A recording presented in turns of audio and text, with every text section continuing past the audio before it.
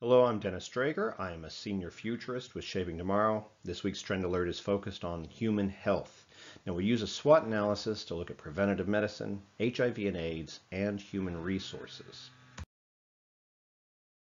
Now, for those who don't know, SWOT stands for Strengths, Weaknesses, Opportunities, and Threats.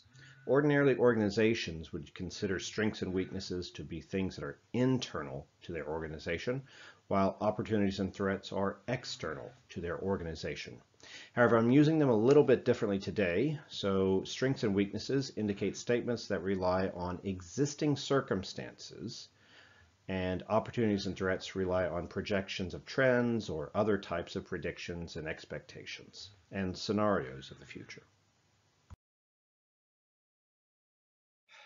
So HIV and AIDS, we have a strength and a weakness here. So the strength is, in 2016, the United Nations published a report outlining its goal for ending HIV as a public health threat worldwide by 2030.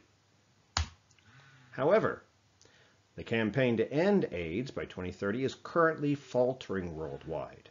Instead of galvanizing more resources, funding for efforts to slow the spread of HIV by treating all infected people has flatlined. And many countries, for a host of reasons, can't or won't mount aggressive responses. Now let's look at preventative medicine. So I have a full SWOT here. The strength: cervical cancer could be eliminated by the end of this century, thanks to a preventative vaccine that currently exists. The weakness: the American Society of Clinical Oncology has identified obesity as a health risk that is quickly overtaking tobacco as the leading preventable cause of cancer. Looking at the opportunity, a new category of personalized preventative health coaches will serve us in a coming year.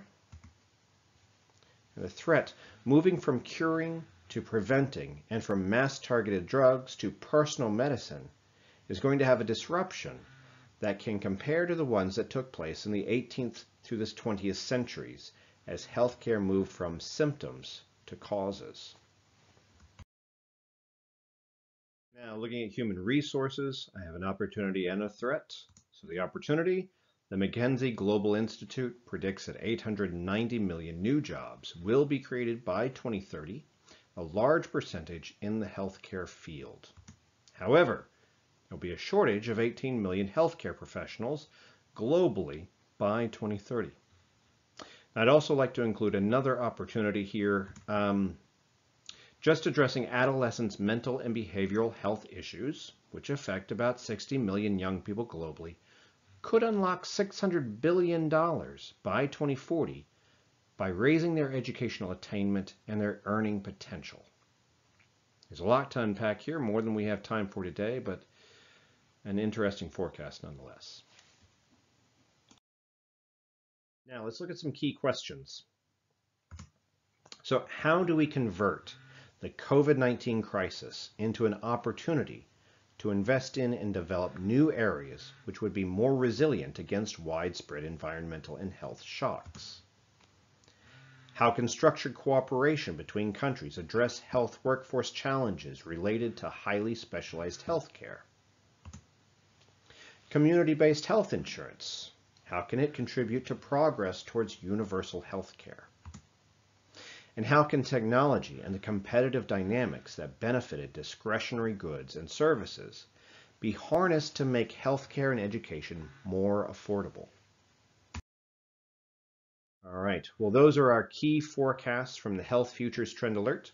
Please click the link below to see the whole Trend Alert and let us know if we can help you make sense of the future. Thank you very much for your time. You have a great day.